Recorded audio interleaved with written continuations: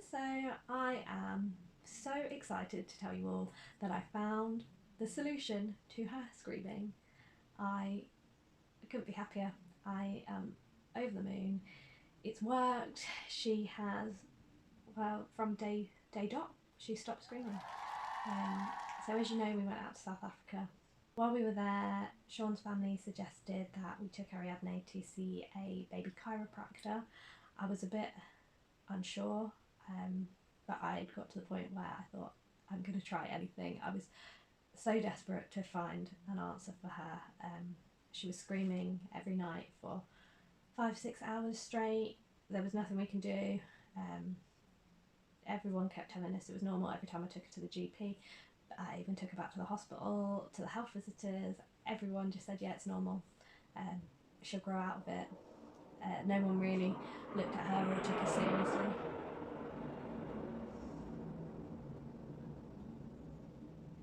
Plane.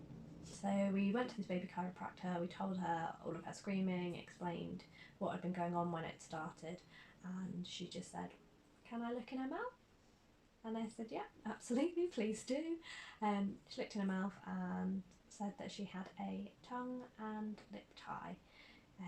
So basically said that she wasn't latching properly and was getting a lot of trapped wind. So she was swallowing air and then getting trapped wind, and that's why she was screaming. Now, if you don't know what a tongue tie is, it's a bit of skin just under your tongue.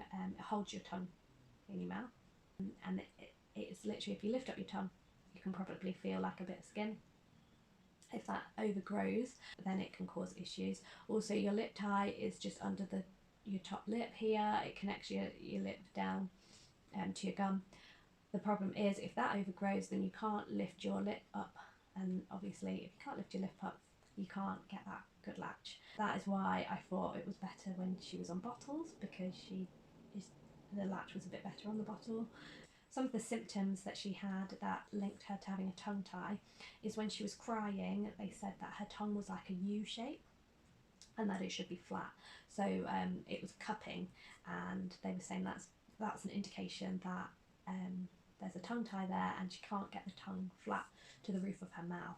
The other thing was the screaming at night. So they said that that's quite common if babies have tongue and lip ties. So obviously the trapped wind builds up throughout the day, and then at night it is just horrific. So if your baby's starting to scream in the evening and is unconsolable, that is something to consider.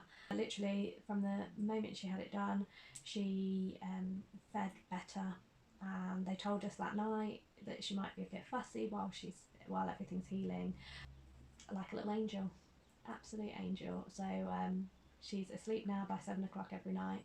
We have no more screaming. She is so much happier. It's honestly, it's amazing. And so she wasn't swallowing as much air.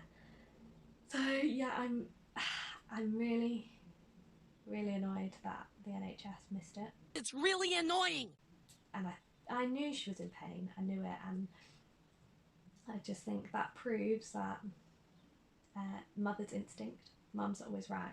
So if you think there's something wrong and you know that you know within you that something is wrong with your baby, keep pushing for it, because that just proves that doctors don't know everything. They told me when she was born that she didn't have it, and then no one looked again, and when she was born they looked in her mouth for about 30 seconds, not even. Now, I obviously didn't know that she wasn't latching properly. I didn't know what the difference felt like. She's my first baby, so and as soon as she had it done, her latch, like, I could feel it was so much better.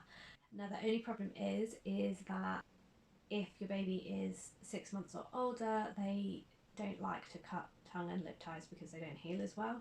So we were quite lucky that they found it early, otherwise they would have just left it. The problem with leaving it is not only do they not latch and they have all these problems with trapped wind, and they don't they're not eating as much as they really want to or should, which can also affect their weight gain.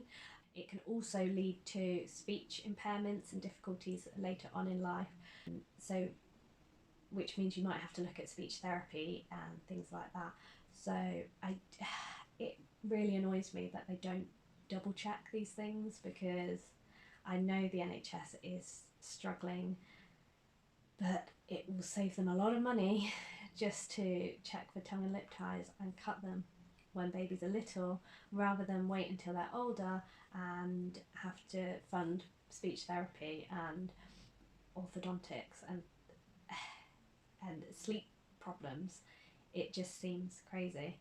It was something that we had to pay for privately, go off our own backs and research and find out, and something that could have been sorted in the UK on the NHS for free.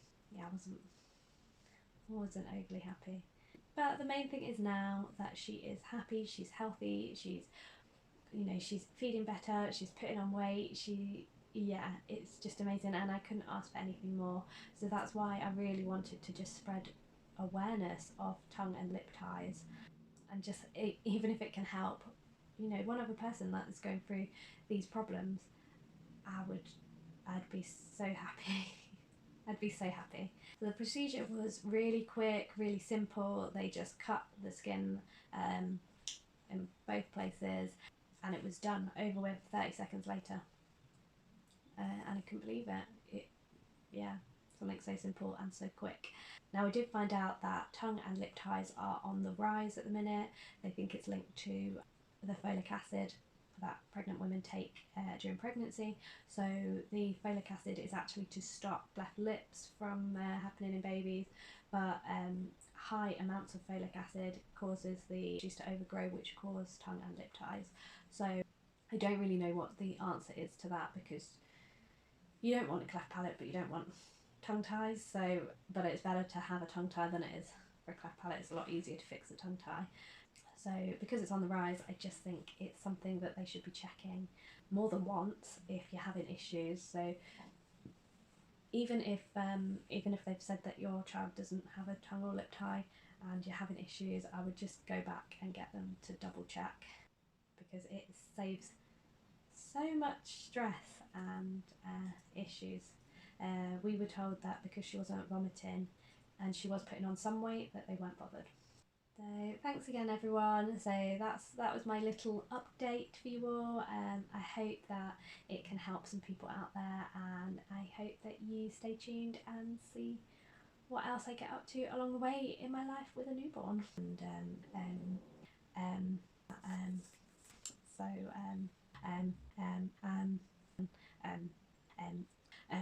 because